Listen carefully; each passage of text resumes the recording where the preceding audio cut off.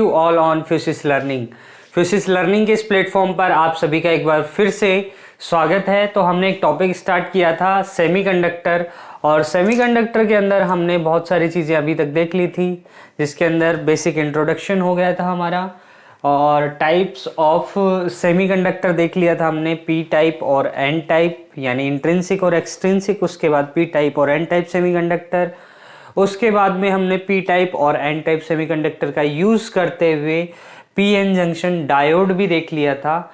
और आज हम पी एन जंक्शन डायोड के अंदर ड्रिफ्ट और डिफ्यूजन जो इंट्रोडक्शन दिया था उसी को थोड़ा सा आगे बढ़ाते हैं और बात करते हैं कि पी एन जंक्शन डायोड के अंदर ड्रिफ्ट और डिफ्यूजन किस तरीके से होता है। तो देखिए, दो चीज़ें होती हैं यहाँ पे, एक तो होता है डिफ्यूजन, एक होता है ड्रिफ्ट। और ये दोनों ही फिनोमिना हैं, ये चार्ज कैरियर्स के साथ घटित होते हैं। उसके बाद में एक इक्विलिब्रियम कंडीशन आ जाती है। इस इक्विलिब्रियम कंडीशन में ड्रिफ्ट और डिफ्यूजन दोनों एक दूसरे को बैलेंस कर देते हैं। तो देखिए, जैसे अगर हमारे पास ये पी एन जंक्शन डायोड है, पी टाइप में मेजॉरिटी चार्ज कैरियर्स होल्स होंगे और यहाँ पे मेजॉरिटी इलेक्ट्रॉन्स होंगे। तो होगा क्या यहाँ पे, ये जो होल्स हैं ये इलेक्ट्रॉन्स को अपनी तरफ अट्रैक्ट करेंगे। तो यहाँ पे भी अगर होल्स हैं और ये इलेक्ट्रॉन्स हैं तो इलेक्ट्रॉन्स इस तरफ मूव कर जाएंगे। तो यहाँ पे ये जो वैकेंसी है ये भर जाएगी, यानी यहाँ पे इलेक्ट्रॉन्स आ जाएंगे और यहाँ पे होल्स क्रिएट हो जाएंगे। मतलब यहाँ पे तो आ जाएगा आपका नेगेटिव चार्ज और यहाँ आ जाएगा पॉजिटिव चार्ज। इस नेगेटिव और पॉजिटिव चार्ज की वजह से यहाँ पे एक पोटेंशियल जो है क्रिएट हो जाता है, जिसको अपन पोटेंशियल बैरियर बोलते हैं। पी की तरफ नेगेटिव होता है और एन की तरफ पॉजिटिव होता है। इस तरीके से एक पोटेंशियल बैरियर क्रिएट होता है। इसके साथ ही साथ यहाँ पे पॉजिटिव और नेगेटिव की वजह से एक इलेक्ट्रिक फील्ड भी इंट्रोड्यूस होता है। तो देखिए, जब यहाँ पे ये डिफ्यूजन हो रहा था, स्टार्टिंग में क्या होता है, यहाँ से एन साइड से इलेक्ट्रॉन पी साइड की तरफ जाते हैं, तो वहां उस फिनोमिना को अपन डिफ्यूजन बोलते हैं। और उसके बाद में देखिए, इस इलेक्ट्रिक फील्ड के इन्फ्लुएंस में क्या होगा कि यहाँ पे जो पॉजिटिव चार्ज है, यहाँ पे पॉजिटिव चार्ज है, यहाँ नेगेटिव चार्ज है। तो पॉजिटिव की तरफ इलेक्ट्रॉन्स क्या होंगे, अट्रैक्ट होंगे। इलेक्ट्रॉन्स इस तरफ अट्रैक्ट होंगे और इस तरफ होल्स अट्रैक्ट होंगे। तो इस तरीके से होल्स और इलेक्ट्रॉन्स का एक लेयर यहाँ पे क्रिएट हो जाएगा। तो ये डिफ्यूजन और ड्रिफ्ट फिनोमिना आपको यहाँ पे देखने को मिलता है। और धीरे धीरे होगा क्या कि फाइनली ये दोनों एक दूसरे को बैलेंस कर देंगे और हमें एक इक्विलिब्रियम कंडीशन मिल जाएगी, एक डिप्लीशन लेयर मिल जाएगी। आज हम थोड़ा सा आगे बात करते हैं और आज हम बात करेंगे बायसिंग के बारे में। तो बायसिंग क्या होती है? अगर हमारे पास एक पी एन जंक्शन डायोड है और उस पर हम एक एक्सटर्नल बैटरी जो है वो अप्लाई कर दे, मतलब ये हमारे पास पी एन जंक्शन डायोड है, ये पी साइड है, ये एन साइड है। तो यहाँ पे अगर एक एक्सटर्नल वोल्टेज सोर्स अगर यहाँ पे ऐड कर दिया जाए तो इसको अपन बोलेंगे बायसिंग। तो ये बायसिंग जो है ये दो तरीके से पढ़ते हैं अपन। एक होता है फॉरवर्ड बायसिंग, एक होता है हमारे पास reverse biasing.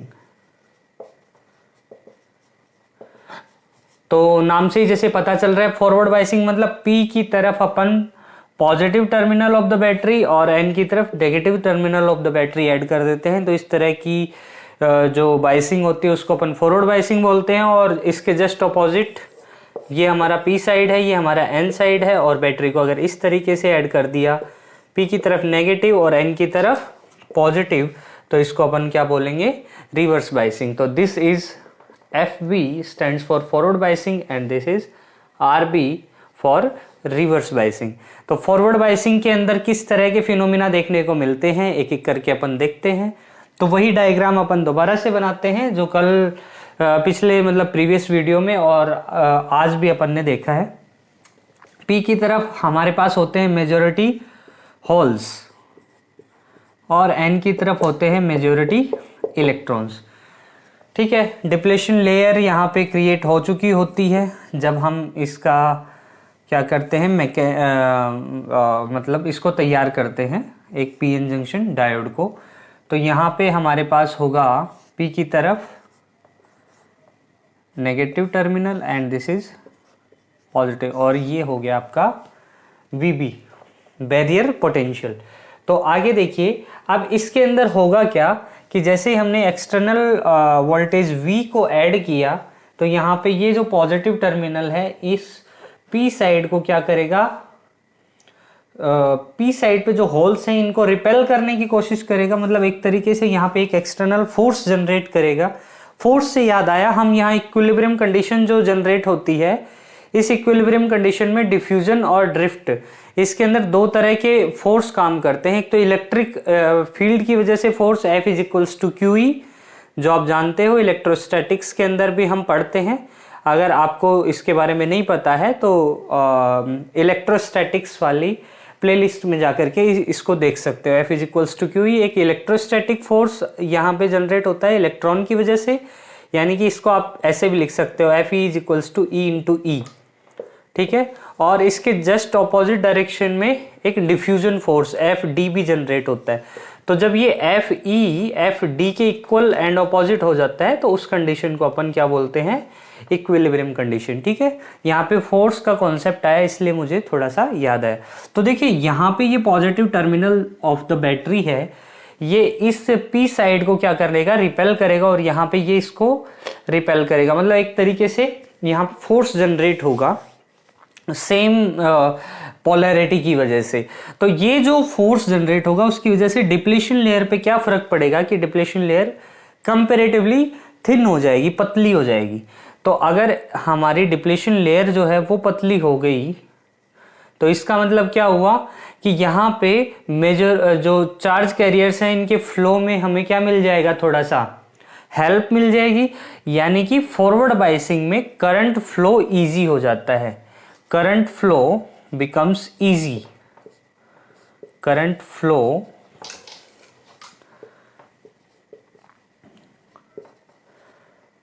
becomes easy in forward biasing, ठीक है। क्यों? क्योंकि जो मेजॉरिटी चार्ज कैरियर हैं वो इजीली एक साइड से दूसरी साइड मूव कर सकते हैं। यहाँ पे ये पॉजिटिव होते हैं होल्स, ये नेगेटिव टर्मिनल की तरफ अट्रैक्ट होते हैं। यहाँ पे इलेक्ट्रॉन्स जो होते हैं ये पॉजिटिव टर्मिनल की तरफ अट्रैक्ट होते हैं, या फिर ये कह सकते हो कि इलेक्ट्रॉन इस तरीके से मूव करता है।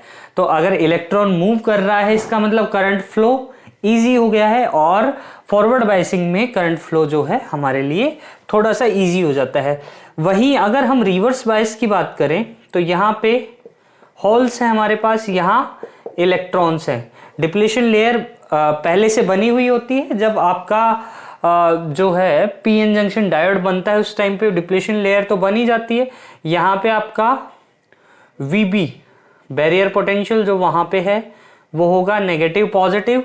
अब होगा क्या, यहाँ पे ये जो नेगेटिव टर्मिनल है ये नेगेटिव टर्मिनल इनको अट्रैक्ट करेगा और ये पॉजिटिव टर्मिनल इनको अट्रैक्ट करेगा। मतलब डिप्लीशन लेयर को फैलने का यहाँ पे मौका मिल गया। मतलब कंपैरेटिवली आपकी डिप्लीशन लेयर क्या हो जाती है, थोड़ी सी थिक हो जाती है। Depletion layer becomes thicker.